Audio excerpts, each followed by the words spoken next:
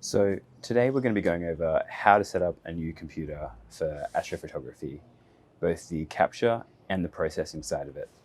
I recently bought myself a new laptop. This is the Dell XPS 15. My old laptop's battery had it, and it was quite slow. So I'm looking forward to this new one. And today we'll go through all the software setup. Have a look down in the description below. There'll be links to every piece of software that I mention, as well as the walkthrough. I'll also be leaving timestamps in the description, so you can jump ahead to the pieces of software that you're specifically interested in. You may also notice the William Optics RedCat 51 sitting on my Skywatcher EQ6R Pro mount here. If you'd like to hear my review and initial impressions on this little telescope, hit that subscribe button and stick around on the channel, because I'll be releasing that video shortly. Let's jump on with the software installation. The first piece of software we will be installing is the ASCOM Platform. This is a vital piece of software for astronomers and astrophotographers as it controls all of your other equipment. On the right hand side here, you want to click download. 6.5 is the latest version, just released this week as of recording. I have already downloaded that one, so you will want to run the ASCOM installer. ASCOM is like a background driver for all of your astronomy and astrophotography gear. It can control mounts, focuses, cameras. Continue next here and install. That is all you need to do. Rotators, domes, anything that you can think of will most likely have an ASCOM driver for it, and these can all integrate and allow you to automate and remotely control all of your astronomy software, or astronomy hardware, I should say, through software. Fantastic piece of free equipment. You can see on the left-hand side here that there are some extra download drivers that you can do.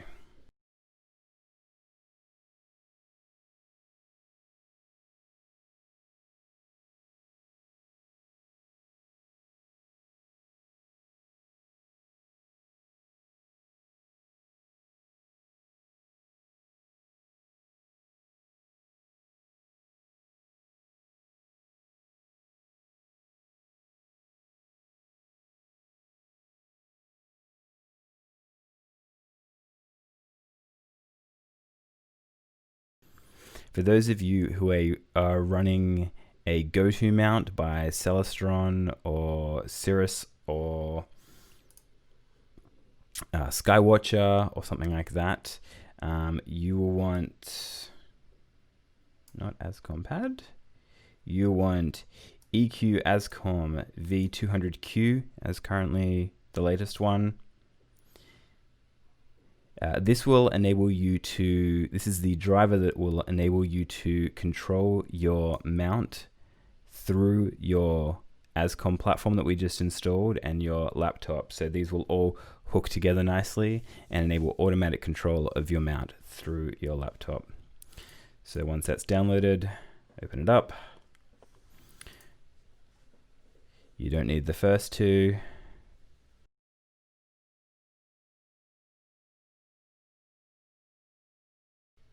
That's fine. We don't need to look at these yet. That is all fine and dandy. So next up, if you open your start menu, you should see recently added up the top here. If not, you can type EQMod and you want the toolbox. Once you've opened that up, you want to hit register. You'll get an error possibly, you'll get a success, that is fine. You can then come into driver setup if need be. I am currently not plugged into my mount, so I won't be able to do this, but if your mount is currently plugged into your laptop, you should be able to simply hit this little find button and it will search for through all the COM ports. Mine usually shows up as number 3. If it is not, make sure your mount is turned on and this should find it. In here you can also create some locations. So I am located in Sydney, which is about 31 south, 151 east, and the elevation is about 50 meters. So I can hit save.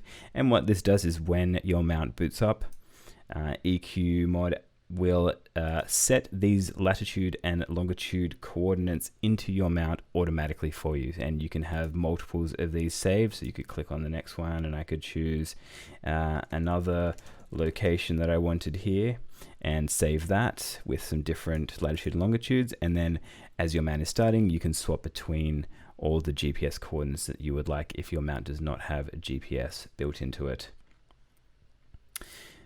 I usually go 9600 for my board, retry 1, timeout 1000 is usually fine on the left here, and then click find, and it should come up with COM port number that you want.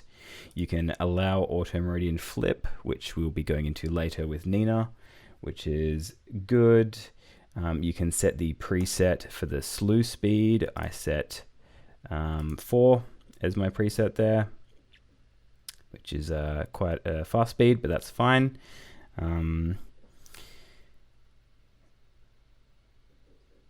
Everything else should be fine from the get-go, so you should be able to hit OK. And then if your mount is there, you can hit ASCOM Connect. Mine won't be found because mine isn't currently plugged in. And then under here, you can see there are locations, so you can choose your Sydney one. You can then set it. It will tell your mount to do that and go there. That is all fine and dandy. I like my RA rate to be 0.5 and my deck rate to be 0.5. Your deck backlash will need to change based on the mount that you want, and we can go deeper into this, or you can find tutorials online in PhD 2 on how to work out what the millisecond backlash of your mount is. You can then also go over your mount limits. This will enable you to change the point at which your mount will stop tracking the sky so that your telescope does not hit into the side of your tripod, which is all very handy. We'll close that out, and our EQMod is now set up. Sometimes it doesn't like closing though, so we will just right click down the bottom and close that. Next up, we will jump onto PhD 2. So you want to, up the top right here, download PhD 2 for Windows. Save that file. Run the installer. Yes, run anyway if you are prompted. Next, next, next, install.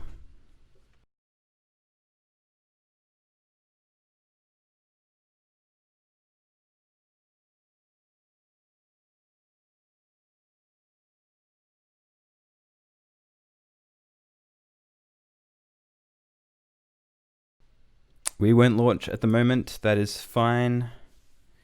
Next thing we will do is we will launch Nina. I use the Nina software, which stands for Nighttime Imagery and Astronomy, which is a fantastic piece of free software. I will highly recommend it. The guys are actively developing it, and it is really, really quite nifty. You want to extract that first folder that you downloaded, double click on the setup bundle, agree to the license terms, and install.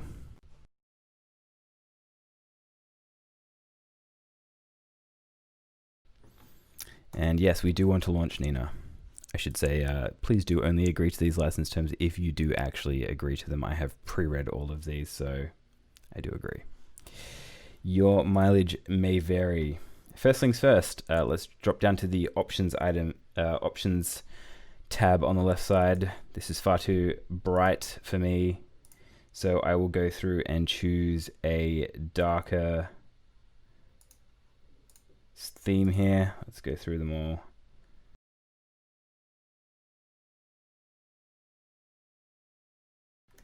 Shark, that looks nice.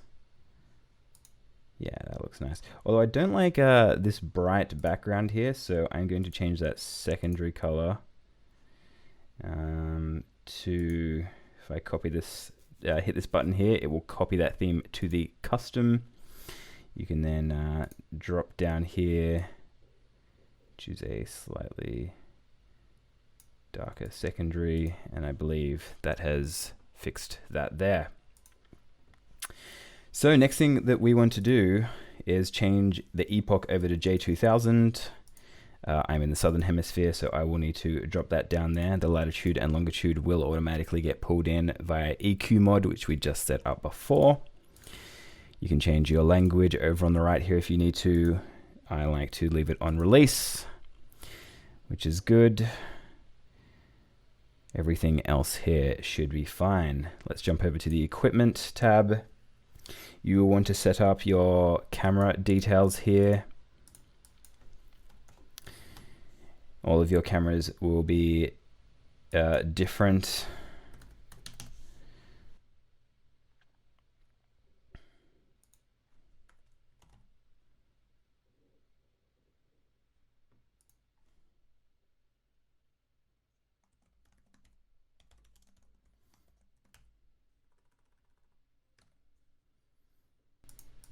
I will then input my telescope information here. Settle time after slew, 5 seconds. That sounds good.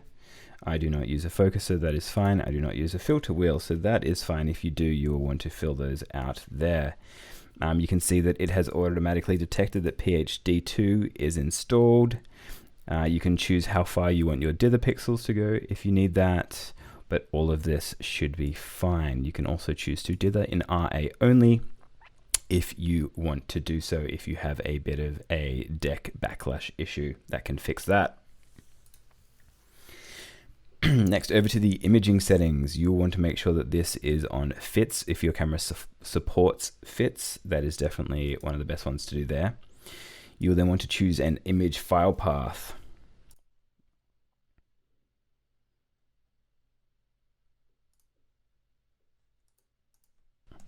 I will just set up a new folder under my pictures here called Nina.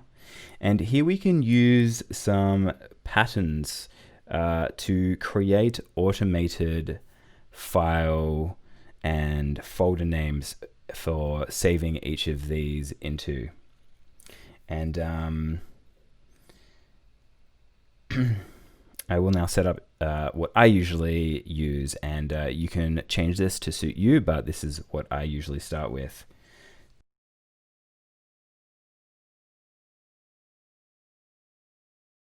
So first off, I add in the target name as my first one. So I like to have, if I'm shooting the Carina Nebula, I like to have a folder called Carina Nebula. And inside that, I like to have my image type, so whether it's lights, darks, flats, bias, etc. Inside that, I then also like a folder with the dates attached to it. I don't use filters, so I get rid of the filter one.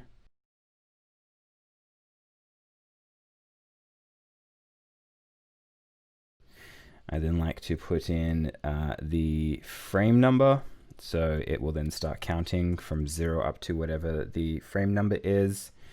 I like to put in the sensor temp with Celsius added after it, the exposure time with seconds added after it. And then finally, I like to put in the gain at the end. And that is how I set up my file names. Auto meridian flip, yes, I like to do that 1 minute after the meridian. Oh, sorry.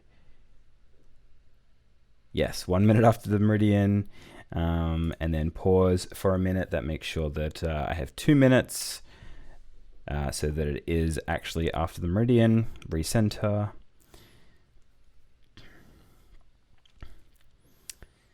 Down here, if you want, you can automatically debayer, HFR, and unlink stretch your images. This is for the preview option under the imaging tab here. So when your camera takes an image, how it displays in Nina. I like to leave all these on.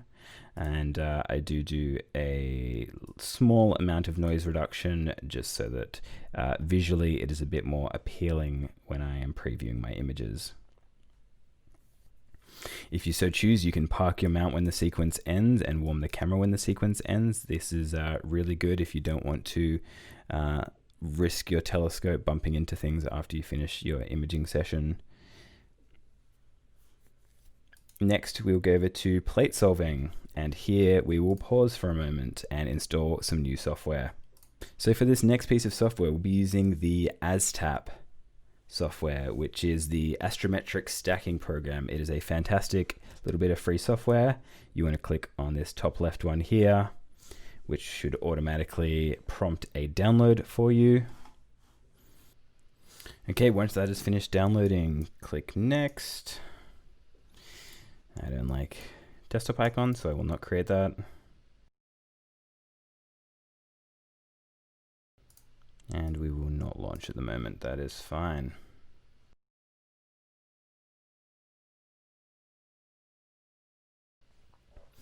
We will then go back to the previous page and grab the G17 star database installer.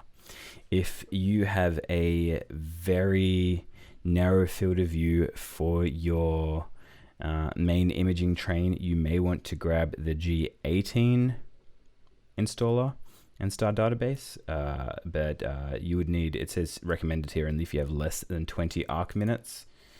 So if you have more than 20 arc minutes of field of view, then you can just download the G17, and that is stars up to a magnitude of 17, which is quite a few stars, about 105 million of them.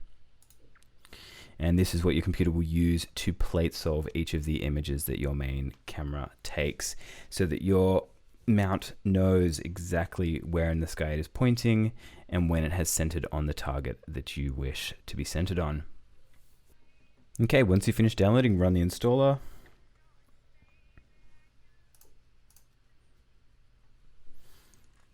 Again, this may take some time depending on your laptop.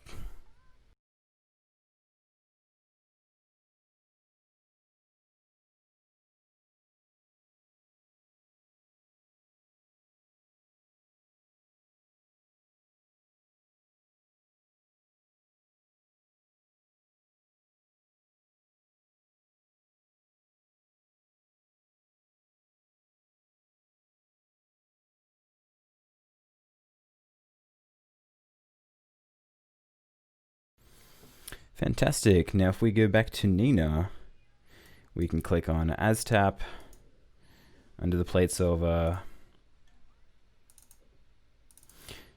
go into program files, ASTAP, astap.exe, open, and we are now set up. Change your plate solver over to ASTAP and your blind solver to ASTAP. ASTAP can work as both a non-blind and a blind plate solver. It is fully offline. You do not need an internet connection, and it is very fast. If it is not blind, it can definitely take a while, but it is still a great option. On the right here, you can set up your exposure time and gain for plate solving. I like to set mine as 5 seconds. I like to make sure there's less than 0.2 of an arc minute of error, less than 2 degrees of rotational, and Labian attempts, 1 minute. So you can set this longer if you are set up in like a remote observatory, or if you have it in your backyard and maybe you want to delay it because some clouds have come over. You might want 5 or 10 minutes delay. I'm actively out and about with my gear when I take images, so I just want it to retry again as soon as possible. Next, under planetarium preferences, we will go with Stellarium, and you should be able to leave everything else as a default. You are now ready to start connecting your equipment. Your telescope and your guider should now both be able to be connected. For the rotator, I choose a manual rotator. This means that when you take your plate solving image, once your telescope has correctly located and solved onto the target within the specified tolerance, in my case that was 0.2 arc minutes, it will then work out the rotational offset of your camera's sensor to what you want it to be. You'll then get a pop-up saying, hey, move your camera 30 degrees counterclockwise. You will move your camera. It might then say, you know, keep retrying this until you're within that 2 degrees of tolerance, which I set. And once you are there, it will start the sequence, which I really like. Next up, I use the ZWO camera suite, so I will be downloading and installing the ZWO native drivers and the ASI Studio, which is a software suite designed to run, we don't need to visit their site, run their cameras independently if you do not wish to do it through Nina, which sometimes is handy, like if you're doing some planetary work. So drivers have been installed, the ASI Studio now we are running and installing.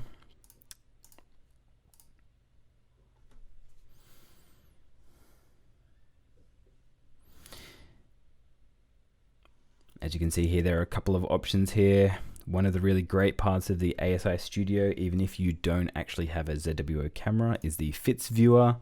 This is great. It allows you to open fits in full debayed color, which is really good. Look at the histograms, auto stretch them, and all that sort of good stuff. So if you wanted to, you could open up any fits and make sure that you are in focus and all that sort of stuff, which is quite nice. You can also use ASICAP here, which is a capture program, which allows you to manually control the camera. On the right hand side, you can see you can choose the exposure, the gain, where you want things to be saved.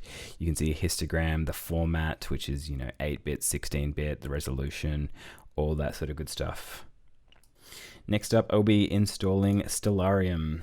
Stellarium is a planetarium software that allows you to view what is in the sky right now or at any point in the future or past from any location on Earth.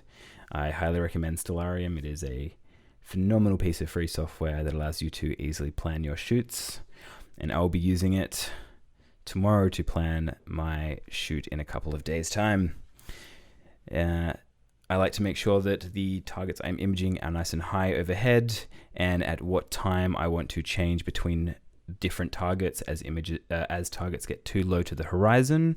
I will work out what time that will be, and then I will automatically program Nina to sequence over and change to the next target at that specified time.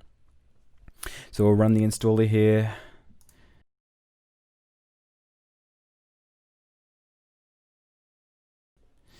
This is fine if you have previous installations. If you want, you can remove existing files.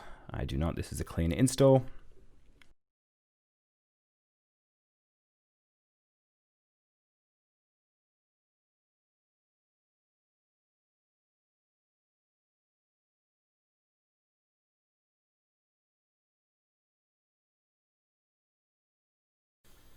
Great, let's launch Stellarium.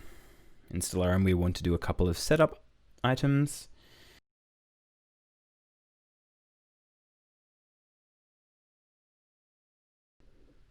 Over on the left here, bring up the configuration window. You want to say use current. If not, you can just say system time and date, depending on what you want.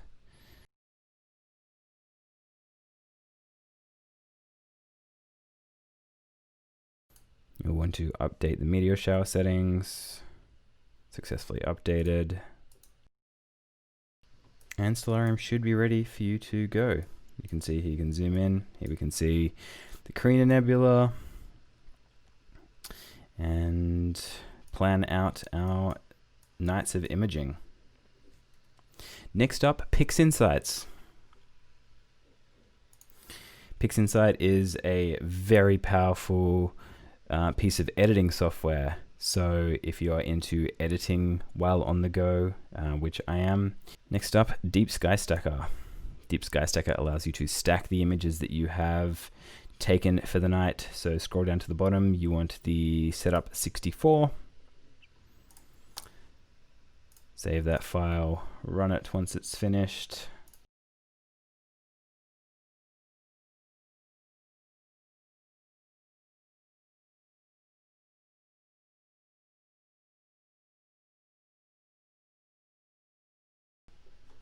And now you are ready to stack the images that you capture in a night. But perhaps DeepSkyStacker isn't enough for you. Perhaps you are using Perhaps you are taking photos of planets. Well, in that case, you may just want AutoStakkert 3. You want to scroll down the page and click on the AutoStakkert button. Save this version.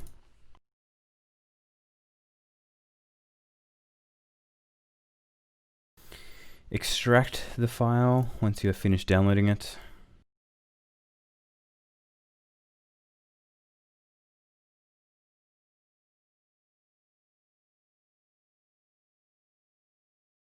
And AutoStakkert is ready to go.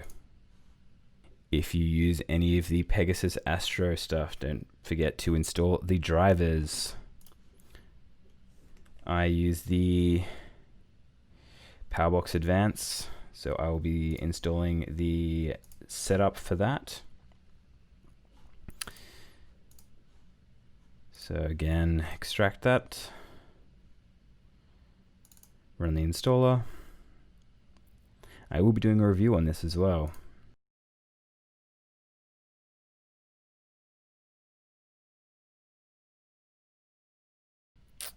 I will also install the USB drivers. This allows it to run as a USB hub, which is extraordinarily handy so that you can keep all your cables nice and short. Just click on the next, finish.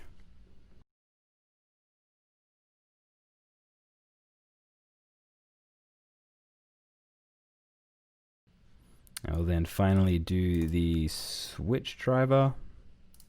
This is an optional extra if you happen to need that functionality.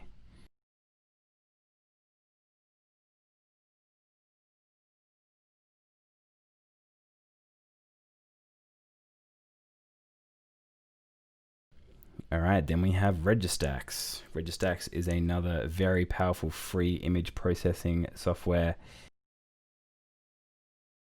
We'll get version 6.1.0.8.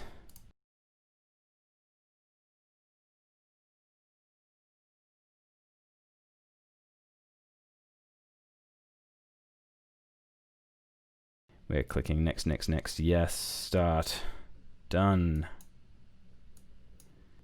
Firecapture is another wonderful bit of planetary imaging software that you can use.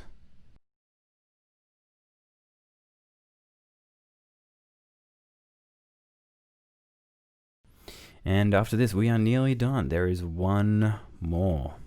That is all.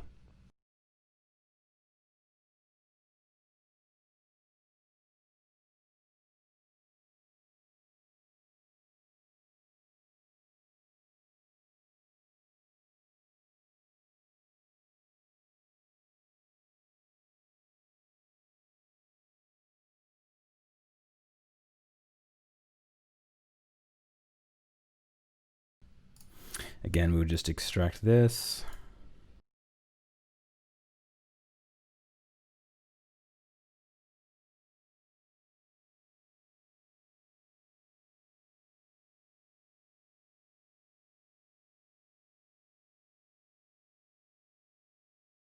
And there we have Firecapture. Now you will want to simply move this folder. I'm just going to copy it into my program files here.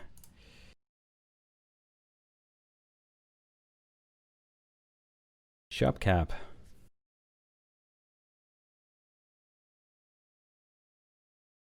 Use SharpCap 3.2 is what we want.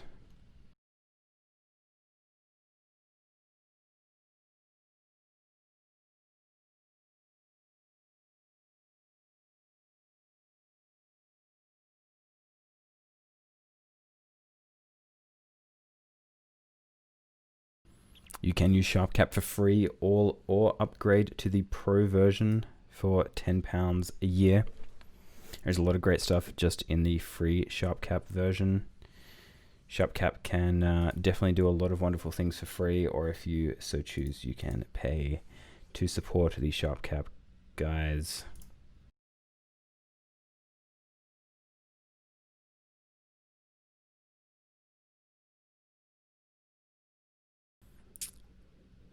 And there we go. SharpCap is installed. I don't use SharpCap a huge amount. I have mostly moved over to Nina, but there are still some really nice little features of SharpCap that it is definitely worthwhile to have it. Oh, no, one more. FITS Liberator. FITS Liberator isn't required anymore since ASIstudio does actually have a FITS reader built in, but I will install it anyway. It is a good little piece of software that I have used for a long time.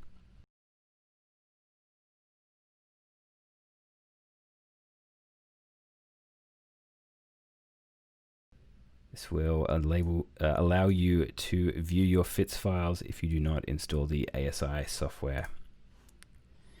All right, and we are done. Our new laptop is now set up and ready to image.